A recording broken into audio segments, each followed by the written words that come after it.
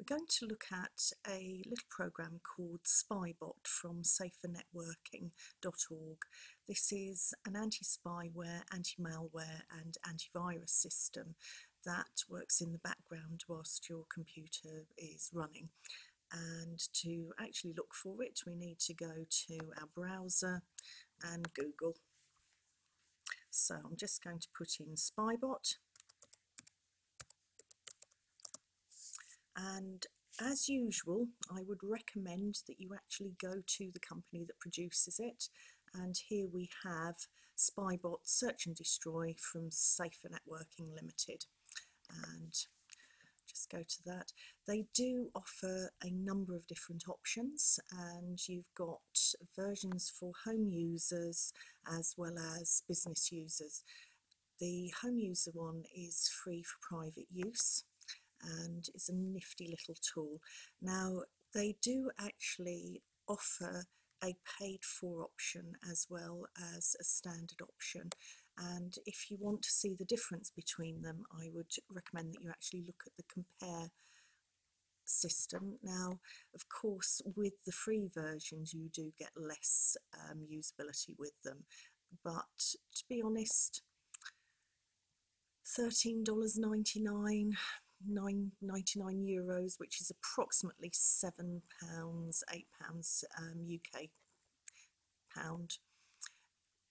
It's possibly worthwhile. If you don't fancy doing that, if you don't want to pay for it, go for the free version. Now, good thing is it runs on all Windows systems, including XP, Vista, Windows 7 and my bête noire, the Windows 8. We'll talk about that later. I find Windows 8 a little bit of a pain to use, to be honest. Right, so we're just going to go back to the overview, and I am going to download the free version.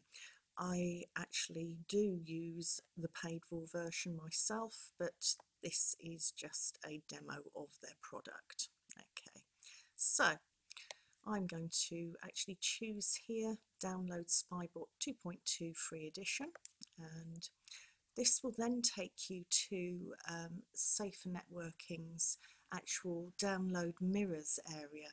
Now, there are different ones from around the country and around the world, of course. I personally prefer to use their actual own server rather than anyone else, but you can use any of the others. These people are tested and you're not going to get any viruses from them.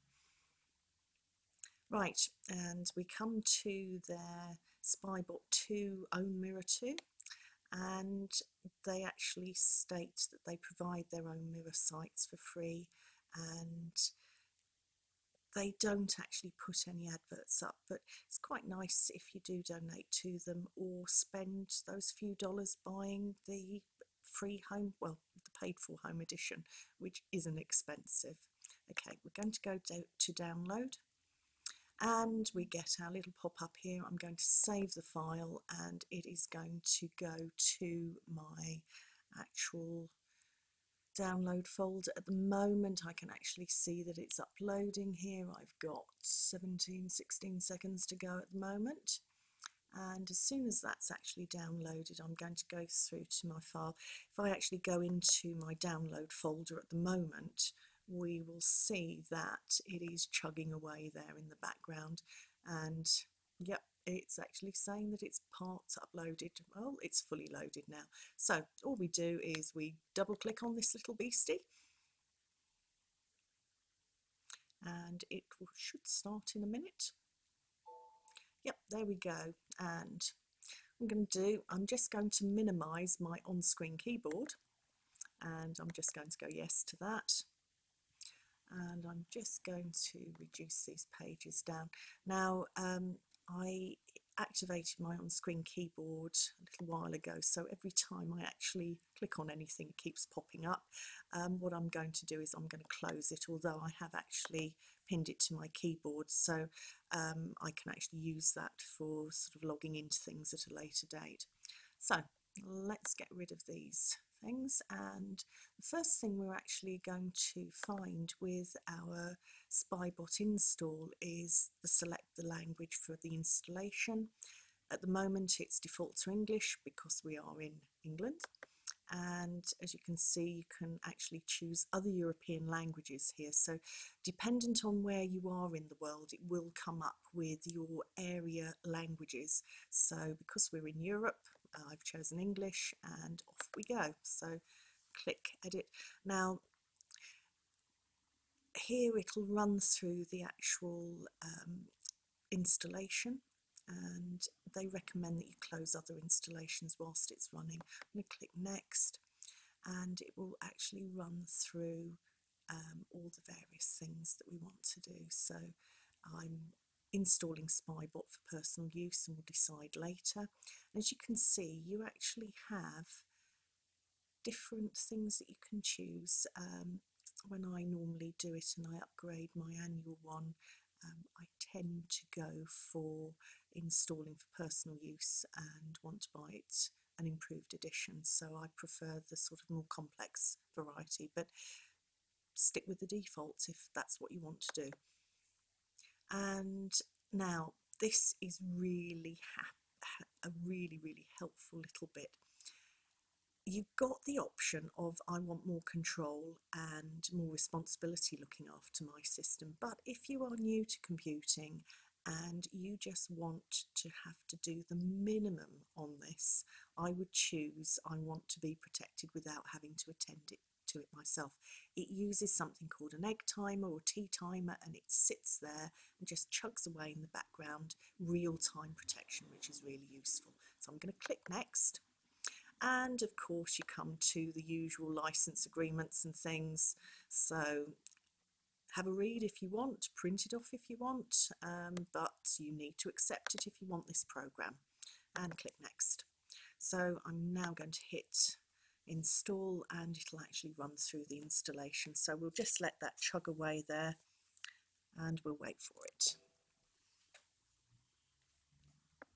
There we have, it's nearly fully installed now, so what we've actually got is a background scanning system. I'm actually going to get rid of this little guy that's appeared, I don't want that, and it will actually background scan all your systems. So I'm just going to put the record on to pause because I'm sure you don't want to sit there watching paint dry.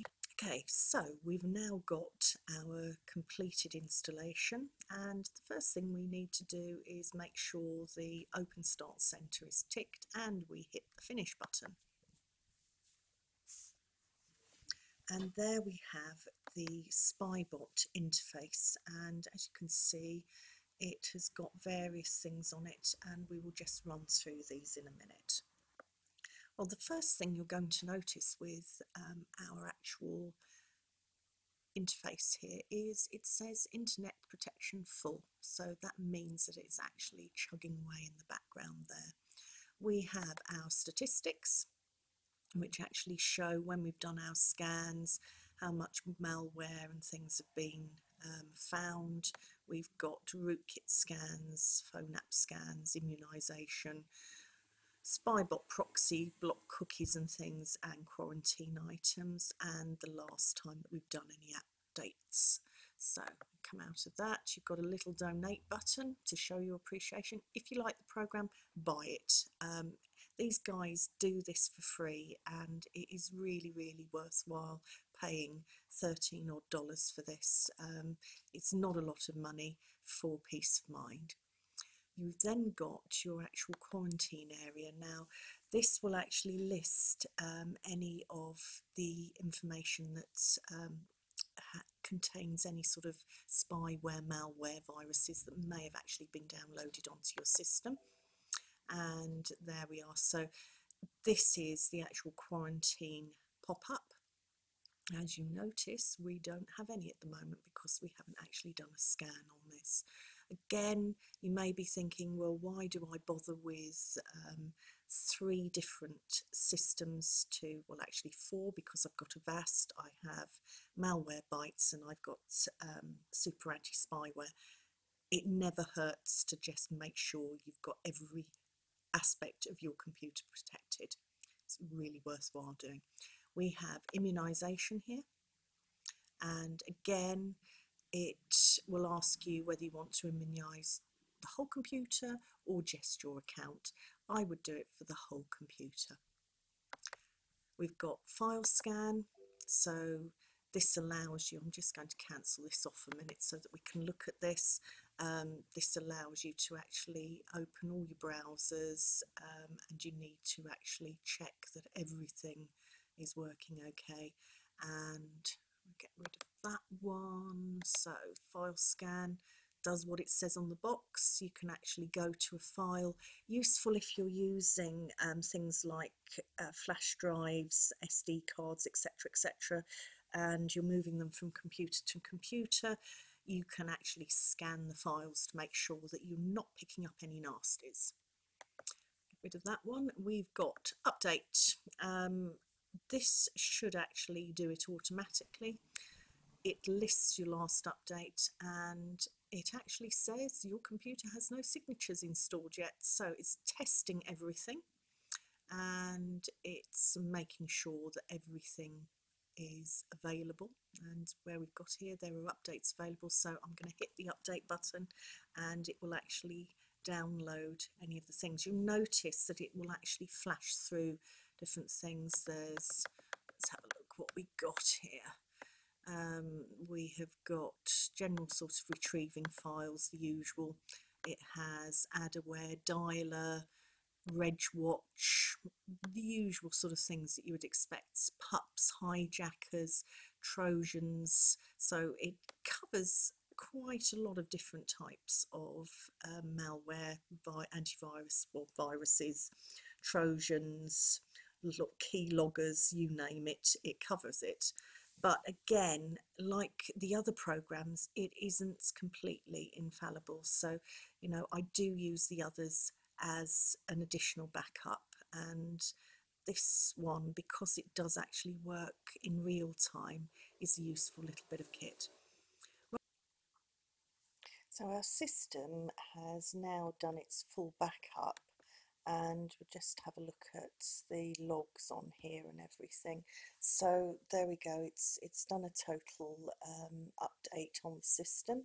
So what we're going to do now is have a look at doing a system scan. So we go to this tab here, and basically you have different options on it. I'm just going to open it up, and we have the ability to do a system scan, of course, disable cookies, so we can actually check out tracking cookies, and we have options of re-enabling, disabling them. And if you have a look here, we've got various blocking third-party cookies. We can actually specify things at the moment.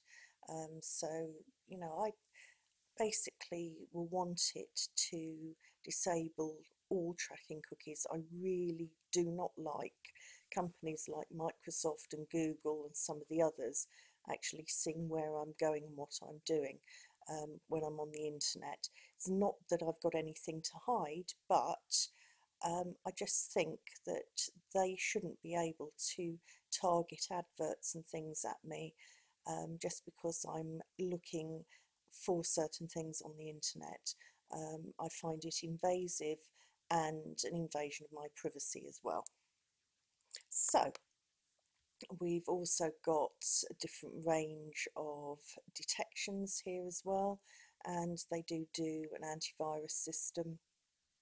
So if I just click start scan, and what it'll do is it'll just scan right the way through the system. Now this does take a bit of time, so what I'm going to do is just pause the screencast now until it's actually finished. As we can see, the estimated time for the actual scan is 90 minutes, but this does tend to go up and down, and you'll notice that we have a green bar here that actually lets me know what's actually happening with my tracking on my actual scan. So we will just leave it to carry on. Now our actual scan has done. It took 1 hour 7 minutes and 36 seconds, so not bad for the first time scan, and you'll notice it actually says that it has done or found 46 results. So what I need to do now is actually look at the scan results. So I actually go up to here and I click on this, and here we are. So to actually now lists every single piece of information or threat that we actually have. Now you'll notice that we've got green threat levels just here. They go from green, amber to red, red being the worst. And I'll just scroll down and we'll just have a look and see if we've got any major sort of issues with this. So they're all green currently, which is good going. And you'll notice that it does actually specify what each of these actual threats do to the system. So I've got here, running right the way down, sort of general threats. So I'm quite actually happy to get rid of all of these. So you'll notice that they are auto-ticked, so you don't have to go through the list and tick them yourselves. And I just hit Fix Selected, and that will actually then start fixing those actual issues within the computer. Now it does ask you if you want to continue as administrator, because I'm an administrator on my computer. Of course I want to run them as administrator. And then we'll go through to another window, and it heads off and starts actually removing the stuff. So what will happen is the remove deleted malware or detected malware moves into this actual administrative mode. So I'm just going to enlarge that, which it should have done. Right, there we go. Okay, now if it comes up with any errors, you'll actually get this little red box here. Now there are some things that cannot be removed until you've actually rebooted your actual system. That particular entry, which is in red, just have a quick look at that. I'm actually going to keep an eye on it. Okay, so it's an applications updater, it's a default one, so I'm going to leave as is, and I'm going to click remove malware. And when it asks you to restore, create a restore point, you do need to make sure you do that. This is just to make sure that you don't have any issues with the actual system crashing or anything like that. So when they offer you this option, do actually create a restore point. Very, very important. And there we go, so it'll just run through that a minute. Right, so our restore point has actually been set up, and you have the option to actually do a rescan. It's actually suggesting that a rescan is detected, so that is suggesting that possibly you need to actually do another scan because it hasn't removed that one particular item. So in this case I would actually go to rescan detective and actually allow it to do the rescan. So it'll actually go through the same procedure again, and then what we do is we actually allow it to do that for us. I'll just find that screen it came up with. There we are. So we just hit start scan and it'll run through the same procedure again. So that is basically everything that you need to do for your search and destroy Spybot. Very, very useful program. Runs in the background, as I said, and it is worthwhile using this on a weekly basis if you don't use your computer regularly. you can actually set it up so that it can scan on demand. I find that just keeping it running in the background is probably the most worthwhile, because if it does actually pick up anything, you are highlighted to that